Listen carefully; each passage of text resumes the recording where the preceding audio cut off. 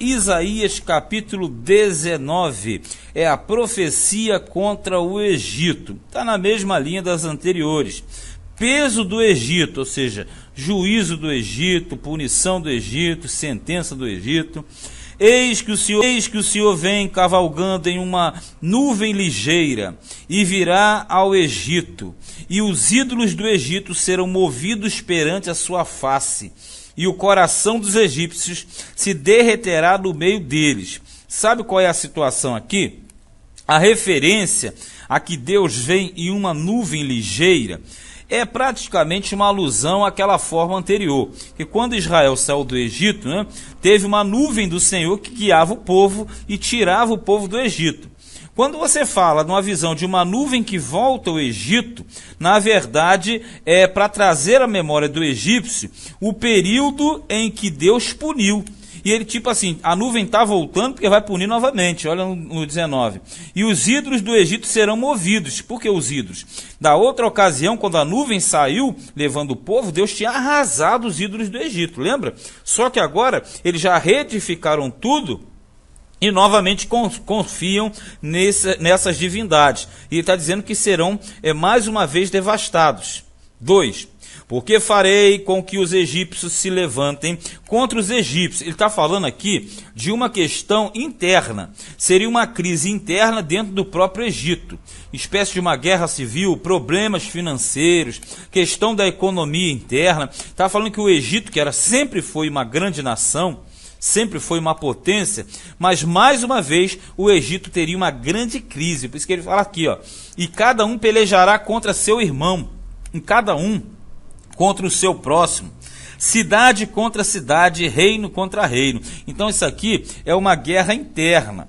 Essa guerra interna assolaria justamente o Egito, a nação, e faria com que o Egito ficasse o quê?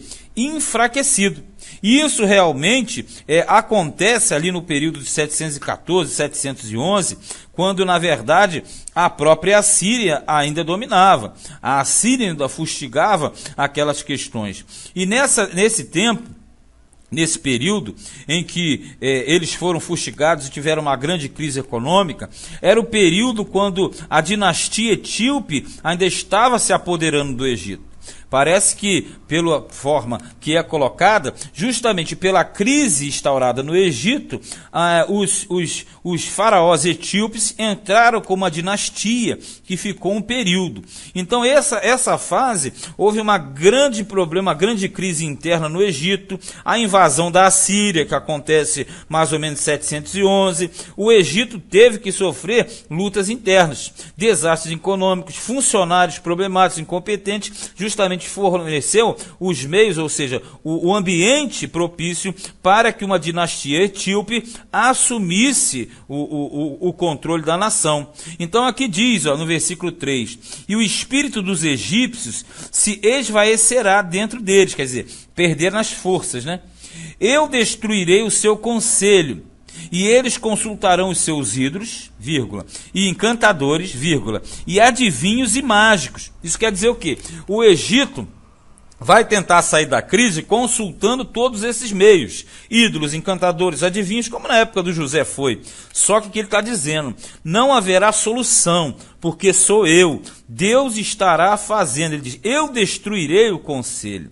Até as mandingas deles lá não vai funcionar, porque não iriam funcionar, porque o Senhor ia confundir. Versículo 4, e entregarei os egípcios nas mãos de um senhor duro, e um rei rigoroso os dominará, diz o Senhor dos exércitos. Esse senhor duro, a princípio, é o rei da Assíria. A princípio é o soberano assírio que veio para dominar, como eu falei, em torno de 711, e ali fez uma grande devastação e oprimiu o povo egípcio. 5. E faltarão as águas do mar, e o rio se esgotará e secará. Olha, faltar a água do rio Nilo é praticamente acabar com a economia do Egito, porque o Egito era cortado pelo rio Nilo, e o rio Nilo era justamente o maior meio de subsistência daquela nação, por causa da irrigação que era natural, da fertilização da terra, porque quando o rio Nilo enchia, essas cheias anuais, fazia uma irrigação automática do terreno, do território do Egito. Só que aqui Deus está dizendo que vai faltar água. o Nilo ia ficar seco. Aqui no 6, também os rios apodrecerão, e se esgotarão, e secarão os canais do Egito. As canas e os juncos se murcharão. Por quê? Como falta água, vai apodrecer. Apodrece por quê? Os peixes morrem e o fedor sobe. Automaticamente as canas e os juncos, que é a vegetação em volta do rio, morreriam, também murchariam. 7. A relva que está junto ao rio, junto às ribanceiras dos rios, e tudo que foi semeado junto ao rio, se secarão, e serão arrancadas, e não subsistirão. Porque você sabe, seca, falta d'água, automaticamente morrem as plantas. E os pescadores gemerão, porque não tem peixe, e suspirarão todos os que lançam o anzol ao rio, porque o pescador vai lançar um anzol e não tem peixe para você pescar. E os que estendem rede sobre as águas desfalecerão. Estender a rede é uma linguagem também do pescador. O cara joga a rede e puxa. Só que aqui no caso, joga a rede e puxa, só vem lama, porque na verdade nem água tem mais. E envergonhar-se-ão os que trabalham em linho fino e os que tecem pano branco. O Egito, ele sempre foi conhecido pelas suas roupas finas, né? O linho fino. Então aqui está falando dos tecelões, daqueles que trabalham no fiar, que é aqueles que faziam as roupas, as vestes resplandecentes. Aqui está dizendo que não tem plantação, então não tem linho, não tem algodão, não tem nada. Eles vão ficar envergonhados porque não tem matéria-prima para trabalhar. Se não tem a matéria-prima, não tem a obra-prima. Então, eles sofreriam grandemente. Versículo 10. E os seus fundamentos serão despedaçados, e todos que trabalham por salário ficarão com tristeza na alma, porque o assalariado perderia o emprego. Se não tem plantação, não tem colheita. Então, não tem o senhor que dá o emprego, e automaticamente o desemprego é grande. A crise aqui é muito grande na descrição da palavra de Deus. Aí diz assim, 11. Na verdade, loucos são os príncipes de Zoan, o conselho dos sábios conselheiros de Faraó se embruteceu. Como, pois, Faraó, direis, sou filho de sábios, filho de antigos reis? Aí está tocando na ferida. Está dizendo que o Faraó, quando ele constatasse a devastação, aí como é que ele ia dizer? Eu sou um filho de sábio, sou filho de reis antigos? Não, ele estaria numa crise generalizada. Quando fala de Zoan e fala príncipes, príncipes são os grandes de Zoan. Zoan é uma cidade situada no chamado Delta do Nilo. Aquela cidade, em determinado momento, foi capital do Egito, porque o Egito tem o Alto e o Baixo Egito, né? Então, essa questão da cidade de Zoan era uma cidade importante, também sofreria o dano. E sofrendo o dano, os príncipes, os maiorais, automaticamente cairiam. Diz mais, versículo 12. Onde estão agora os teus sábios? Quer dizer, os teus conselheiros, magos, adivinhos? Anunciem-te agora, ou informem-te do que o Senhor dos Exércitos determinou contra o Egito. Tipo assim, se eles são realmente sábios, se eles são adivinhos, mágicos, eles vão te falar de tudo aquilo que eu já planejei e que vocês estão sofrendo, porque a minha mão está atuando sobre vocês. 13. Loucos se tornaram os príncipes de Zoan, e enganados estão os príncipes de Nof. Nof é outra cidade também importante, outra cidade, uma das principais do Egito, e a sua capital também foi a capital do Egito durante um tempo, assim como Zoan e Nof foram capitais, e no caso, cidades muito importantes no meio deles.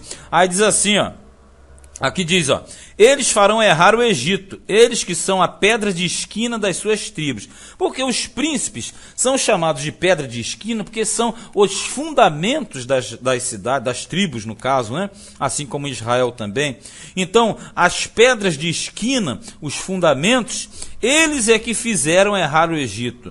Eles que fazem o Egito entrar pelo cano. Então, na verdade, o faraó, que era o grande soberano, tinha vários conselheiros, magos, adivinhos, não conseguiria solução para vencer a crise estabelecida, porque esse mal, semelhante lá à época de José, esse mal provinha de Deus e automaticamente ninguém poderia impedir. E aqui no versículo 14 ele diz assim, ó, o Senhor derramou no meio deles um perverso espírito, e eles fizeram errar o Egito com toda a sua obra, como o bêbado quando se revolve no seu vômito. Ele quer dizer que esses príncipes, que são na verdade as pedras de esquina, né? O fundamento do povo egípcio, eles que fizeram o quê? O Egito errar. E com o erro do Egito, automaticamente eles se tornaram como bêbados, né? Que o bêbado não sabe o que faz, bebe e vomita, ele bota para fora aquilo ali, né? E quando ele vomita, automaticamente depois o próprio bêbado volta ao seu vômito. E é aqui que ele está dizendo, os líderes egípcios estão como bêbados, que fazem, eles vomitam, botam para fora e depois eles voltam ao seu próprio vômito e ficam se mexendo em cima daquilo ali. Olha no 15, ó. E não aproveitará o Egito obra alguma que possa fazer a cabeça, veja, a cabeça, a cauda, o ramo ou o junco. Aqui está tratando de duas situações. Quando fala cabeça e a cauda, o animal. Não se aproveitaria nada dos animais, nem a cabeça, nem a cauda, nem da plantação, nem o ramo, nem o junco, compreende? Quer dizer que a devastação atingiria o Egito de uma forma geral. Aqui nós temos pelo menos 5 anúncios proféticos relativos ao Egito. Tudo isso de formas diferenciadas e sempre vindo naquele dia. Aquele dia é referência ao dia do Senhor, ao dia da punição. Olha no versículo 16. Ó. Naquele tempo, os egípcios serão como mulheres e temerão por causa do movimento da mão do Senhor dos Exércitos, porque ela se há de mover contra eles. Veja bem, hein? Quando fala que naquele tempo, ou naquele dia, está no mesmo, os egípcios seriam como mulheres, porque a mulher não ia para a guerra, a mulher tinha medo, a mulher tinha temor, porque automaticamente quando o marido se levantava contra a mulher, ela sabia que seria castigada e às vezes até morta, dependendo da situação. Então aqui diz que os egípcios também teriam temor, vendo a mão do Senhor que estava fazendo tudo aquilo contra eles. Eles se lembrariam lá da época passada, da primeira devastação na época de Moisés, né? 17. E a terra de Judá será um espanto para o Egito. Todo aquele a quem isso se anunciar se assombrará, por causa do propósito do Senhor dos Exércitos, do que determinou contra eles. Veja a semelhança. Aqui diz que enquanto o Egito for oprimido, Judá vai ser restaurado. É da mesma forma que no passado, o Egito foi destruído e o povo de Deus cresceu. Ele quer mostrar isso. 18. Naquele tempo, haverá 5 cidades na terra do Egito, que falarão a língua de Canaã, e farão juramento ao Senhor dos Exércitos, e uma se chamará a cidade da destruição. Vamos entender aqui. Mais uma vez o versículo 18, ele nos leva para o período do milênio. O versículo 18, ele está levando a visão para a época em que o mundo estará adorando a Deus em Jerusalém. Por isso que fala que naquele tempo haverá 5 cidades na terra do Egito, veja bem, que falarão a língua de Canaã. Qual é a língua de Canaã? A língua de Canaã que ele cita aqui é a língua do povo de Deus. O hebraico, que é a língua de Israel. E automaticamente essa língua de Canaã será falada por muitos egípcios. Mas aqui diz, mas não por todos. Por quê? Uma cidade não adorará. É a cidade chamada cidade da destruição. Veja bem, essa cidade da destruição, ela é identificada como Heliópolis. Heliópolis é uma referência ao sol, né? Porque Hélio é o sol e Polis cidade. Então é cidade do sol, que era uma cidade importante do Egito. E era uma cidade que adorava o sol, o astro sol. Por isso que Heliópolis é chamada cidade do sol. É símbolo de quê? De cidade que não serve a Deus. Isso quer apontar para o sentido de que, dentro do egípcio, você tem aqui 5 cidades adorarão a Deus, falarão a língua de Canaã. Mas uma cidade será rebelde. Essa cidade é chamada de Heliópolis, porque no contexto da época, Heliópolis era uma forma de você mostrar um grande culto de idolatria, a adoração aos astros no caso, né? Agora deve-se ressaltar que o número 5, né, que é colocado aqui, esse número 5, ele sempre tem um sentido provavelmente de redundância, né? É formar um redondo. Então, na verdade, não seriam 5, e sim várias. E na verdade também, Heliópolis, cidade de destruição, também não seria uma, seriam algumas. É porque geralmente a linguagem bíblica ela centraliza em um foco, mas para dar uma amplitude muito maior e no sentido geral, né? 19. Naquele tempo o Senhor terá um altar no meio da terra do Egito, e um monumento se erigirá ao Senhor na sua fronteira. Veja bem, aqui está falando que em determinado momento o egípcio adorará o Senhor e eles terão reverência ao Deus de Israel. Isso não aconteceu, mas vai acontecer. Vai acontecer no milênio, após a batalha do Armagedon, com a instituição do reino milenial. Versículo 20. E servirá de sinal de testemunho ao Senhor dos exércitos na terra do Egito, porque ao Senhor clamarão por causa dos opressores, e ele lhes enviará um redentor e protetor que os livrará. Veja bem, aqui diz que em determinado momento o Egito estará adorando a Deus, mas será oprimido. E quando eles forem oprimidos, eles vão clamar e Deus enviará um redentor e um protetor que os livrará. Veja bem o que eu vou dizer aqui. Esse contexto, ele se aplica ao futuro. Aqui diz que dentro do Egito haverá grande conversão, mas também haverá uma parcela de opressores. Só que diz que no momento que eles forem oprimidos, eles vão clamar e Deus vai levantar um redentor e um protetor. Na minha Bíblia, creio que na tua também, deve estar com R maiúsculo, redentor e protetor. Porque redentor e protetor aqui simbolizam Jesus, na volta, como eu falei, no milênio, para livrar as nações que são oprimidas pelo anticristo. Mas existe uma parcela que vai se revoltar, percebe? Essa parcela também ela aponta para o período do Cristo, período milenial, e nesse período você terá uma divisão, porque nem todos os habitantes da terra vão adorar a Deus também. Então essa visão aqui, ela vai trabalhar em vários aspectos.